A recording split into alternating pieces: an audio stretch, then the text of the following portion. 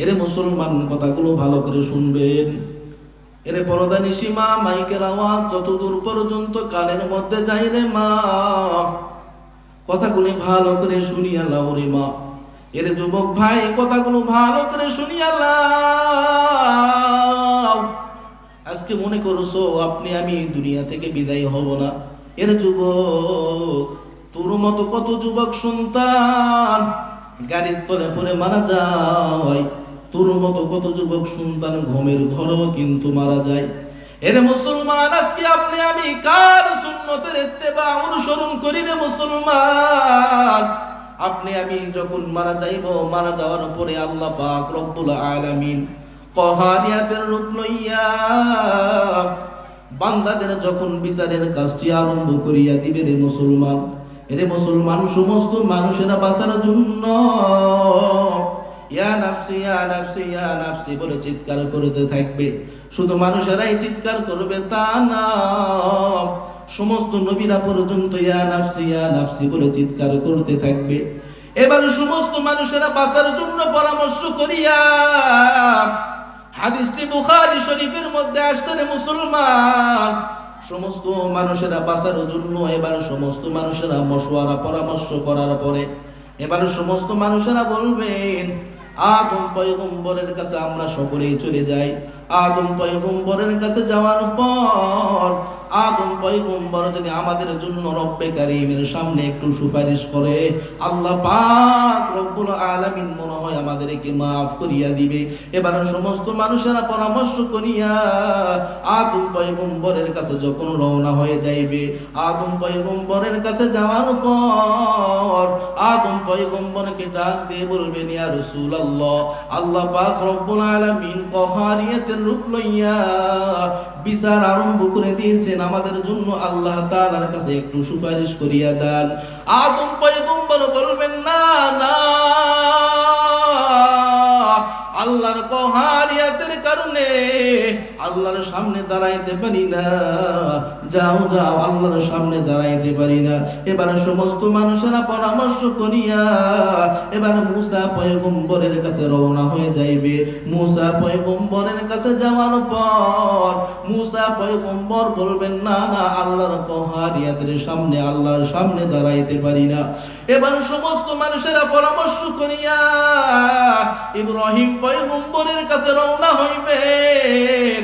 ইব্রাহিম পয়গম্বরকে ডাক দিয়ে বলবেন, ওগো পয়গম্বর, আপনি তো আল্লাহ পাক রব্বুল আলামিনের একজন পেয়ারা পয়গম্বর, আল্লাহ তাআলার কাছে আমাদের জন্য সুপারিশ করিয়া আমাদের জন্য জান্নাতের ব্যবস্থা করিয়া দেন।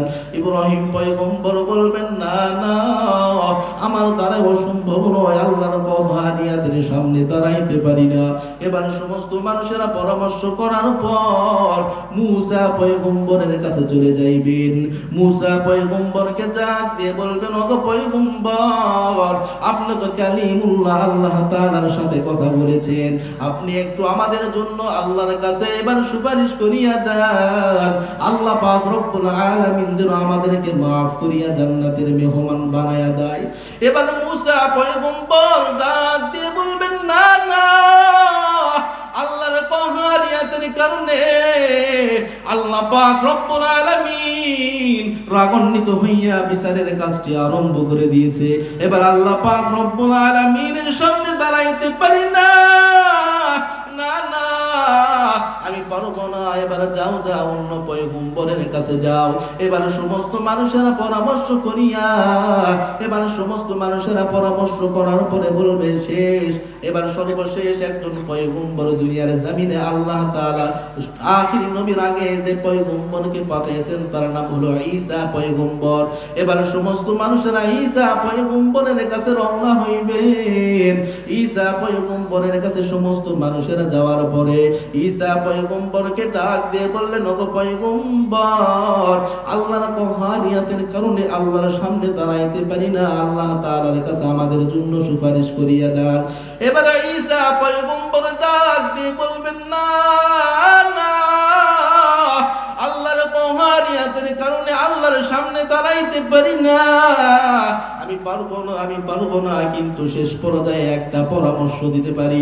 আল্লাহ পাক রব্বুল আলামিন আখিরি জামানার মধ্যে একজন পয়গম্বরকে আল্লাহ তাআলা দুনিয়ার মধ্যে প্রেরণ করেছিলেন, যার নাম হলো রাহমাতাল লিল আলামিন। এই পয়গম্বরের কাছে যাওয়ার পর, যাও যাও, এই পয়গম্বর তোমাদের জন্য কিছু করতে পারবে। এবার সমস্ত মানুষেরা পয়গম্বর, আপনি আমার পয়গম্বর, রাহমাতাল লিল আলামিন পয়গম্বরের কাছে সমস্ত মানুষেরা রওনা হইবে। সমস্ত মানুষেরা রওনা হওয়ার পর এবার পয়গম্বর রাহমাতাল লিল আলামিন জনাবে মুহাম্মদুর রাসূলুল্লাহ সাল্লাল্লাহু আলাইহি ওয়াসাল্লামের কাছে সমস্ত মানুষেরা হাজির হইয়া পয়গম্বরকে ডাক দিয়ে বলবেন, ইয়া রাসূলুল্লাহ, ইয়া হাবিবাল্লাহ, আল্লাহর কহারিয়াতের কারণে আল্লাহ তাআলার সামনে দাঁড়াইতে পারি না। ওগো পয়গম্বর, আল্লাহ তাআলার কাছে আমাদের জন্য একটু সুপারিশ করিয়া দেন। আল্লাহ পাক রব্বুল আলামিন যেন আমাদেরকে মাফ করিয়া জান্নাতের মেহমান বানায়া দেয়। এবার আপনি আমার পয়গম্বর, রাহমাতাল লিল আলামিন পয়গম্বর সমস্ত মানুষদেরকে লইয়া আল্লাহ পাক রব্বুল আলামিনের কাছে চলে যাবে। বুখারী শরীফের মধ্যে আসছে, আপনি আমার পয়গম্বর সমস্ত উম্মতদেরকে লইয়া মাকামে মাহমুদের মধ্যে চলে যাবে। মাকামে মাহমুদের মধ্যে যাওয়ার পর আপনি আমার পয়গম্বর আল্লাহ তাআলার সামনে দাঁড়াইয়া সিজদার মধ্যে পড়ে যাবে। আল্লাহ পাক রব্বুল আলামিনকে ডাক দিয়ে বলবেন, আল্লাহ, আমার উম্মতগুলোকে লইয়া আপনার সামনে হাজির হয়েছি গো আল্লাহ, আমার উম্মতগুলোকে জান্নাতের মেহমান বলিয়া ঘোষণা প্রদান করিয়া দাও। এবার পয়গম্বর যখন সিজদার মধ্যে পড়িয়া মাকামে মাহমুদের মধ্যে সিজদার মধ্যে পড়িয়া চোখের পানিগুলো চারিয়া চারিয়া কান্না করবে। এর মুসলমান দেখেন, একটু চোখের পানিগুলো চারিয়া চারিয়া রাসূলের মহব্বতে চোখের পানিগুলো চারিয়া চারিয়া জাহান্নাম থেকে বাঁচার জন্য, জান্নাতের মেহমান হওয়ার জন্য চোখের পানিগুলো ছেড়ে ছেড়ে কান্না করা যায় কিনা একটু দেখেন। এর মুসলমান, এবার আপনি আমার পয়গম্বর মাকামে মাহমুদের মধ্যে সিজদার মধ্যে পড়িয়া আল্লাহ পাক রব্বুল আলামিনকে ডাক দিয়ে বলবেন, আল্লাহ, আমার উম্মতগুলোকে জান্নাতি বলিয়া ঘোষণা প্রদান করিয়া দেন। আল্লাহ পাক রব্বুল আলামিন পয়গম্বরকে ডাক দিয়ে বলবেন, ও পয়গম্বর, সিজদা থেকে মাথা উঠান, সিজদা থেকে মাথা উঠান গো পয়গম্বর। পয়গম্বরের সিজদা থেকে মাথা উঠাইবে না। এবার পয়গম্বর আল্লাহ পাক রব্বুল আলামিন পয়গম্বরকে ডাক দিয়ে বলবেন, ওগো পয়গম্বর, যাও যাও, তোমার উম্মতগুলোকে মাফ করিয়া দিলাম। পয়গম্বর সিজদা থেকে মাথা উঠাইবে না। আল্লাহ পাক রব্বুল আলামিন পয়গম্বরকে ডাক দিয়ে বলবেন, ওগো বন্ধু আমার, দুনিয়ার মধ্যে তায়েফের জমিনে তুমি রক্ত ঝরাইছ, উহুদের ময়দানে তুমি তোমার দান দান শহীদ করেছো। ওগো পয়গম্বর, দুনিয়ার মধ্যে কত বেঈমান তোমার শরীরের মধ্যে পাথর মারিয়া মারিয়া তোমার শরীর থেকে রক্ত ঝরাইছে। ওগো পয়গম্বর, দুনিয়ার মধ্যে তুমি কতই কষ্ট করেছো, আখিরাতে আর চোখের পানিগুলো ছাড়িয়া ছাড়িয়া কান্না করবা না।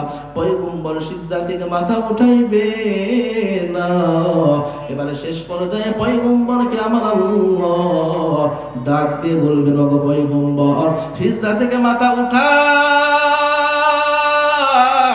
যাও যাও, আপনার উম্মতগুলোকে লইয়া আমি আল্লাহর জান্নাতের মধ্যে চলে যান। কিতাবের মধ্যে পাওয়া যায়, আপনি আমার পয়গম্বর সিজদা থেকে মাথা উঠাইয়া সমস্ত উম্মতগুলোকে লইয়া আল্লাহর জান্নাতের মেহমান হয়ে যাবে।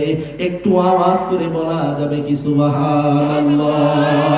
এরে মুসলমান, আপনি আমার পয়গম্বর, আপনি আমার জন্য কেমন কষ্ট করবেন, আপনি আমাকে কেমন মহব্বত করেন, ভালোবাসেন। আজকে আপনি আমি ওই পয়গম্বরের ইত্তেবা অনুসরণ করি না, ইহুদি খ্রিস্টানের কালচারগুলি আপনি আমার জীবনের সাথে বাস্তবায়ন করতেছি। এগো মুসলমান, ভালো করে শুনিয়া লাও, আপনি আমি যখন এই ক্ষণস্থায়ী জিন্দেগি শেষ করিয়া আখিরাতের দিকে আপনি আমি যখন গমন করব, এরে মুসলমান, একটিবার চিন্তা করিয়া দেখেন, আজকে আপনি আমি যে দুনিয়ার জন্য যেহেতু পাগল পারা হয়েছি, আজকে আপনি আমি যেই দুনিয়ার মোহে পড়ে আখিরাতটাকে বরবাদ করতেছি, এর মুসলমান একবার চক্ষুটা বন্ধ করিয়া কবরের কথা একটু চিন্তা করিয়া আপনি আমি দেখি ধরে মুসলমান, আজকে আপনি আমি দুনিয়ার মধ্যে রাত্র বেলা ঘরের মধ্যে বড় ঘুমাইতে বড় ভয় হয়, এই জন্য ঘরের মধ্যে শোয়ার পরে জানলা রাখলাম, দরওয়াজা রাখলাম। শুধু তাই না, শুধু তাই না, রাত্র বেলায় যেন ভয় না পাই সেই জন্য বাতিটি জ্বালাইয়া আপনি আমি অন্ধকার ঘরের মধ্যে ঘুমাইয়া যাই। এরে মুসলমান, আপনি আমি যখন মারা যাইব, আপনি আমার পরিবারের কিছু মানুষ, আপনি আমার গ্রামের কিছু মানুষকে লক্ষ্য করে তাকাইয়া তাকাইয়া দেখি রে মুসলমান, গ্রামের মধ্যে এক শ্রেণীর মানুষকে আপনি আমি দেখব, গ্রামের মধ্যে এক শ্রেণীর মানুষ আছে যেই মানুষগুলি আপনি আমার কবর খনন করার জন্য, আপনি আমার জন্য, আপনি আমার কবর খনন করার জন্য কোদাল লইয়া বাঁশ বাগানের দিকে কিছু মানুষ দৌড় মারবে। শুধু তাই না, শুধু তাই না, আপনি আমাকে গোসল করার জন্য বড়ই পাতা গরম পানি গোসল করানোর জন্য এবার বড়ই পাতা গরম পানির ব্যবস্থা করবে।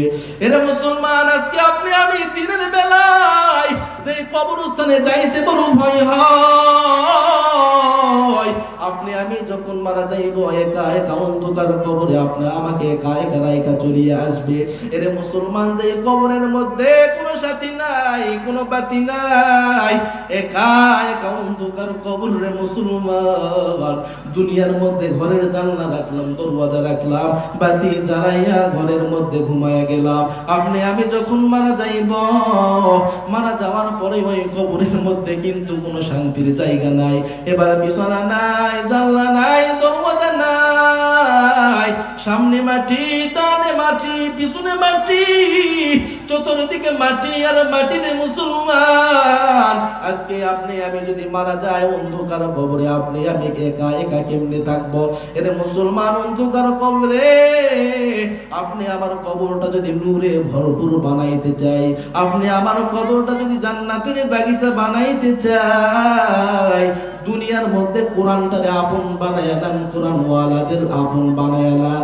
আজকে আপনি আমি কোরআন ওয়ালাদের বড় ঘৃণা করি, তাদেরকে দেখতে পারি না। এই কোরআনুল কারীমকে আপনি আমি মহব্বত করি না, ভালোবাসি না।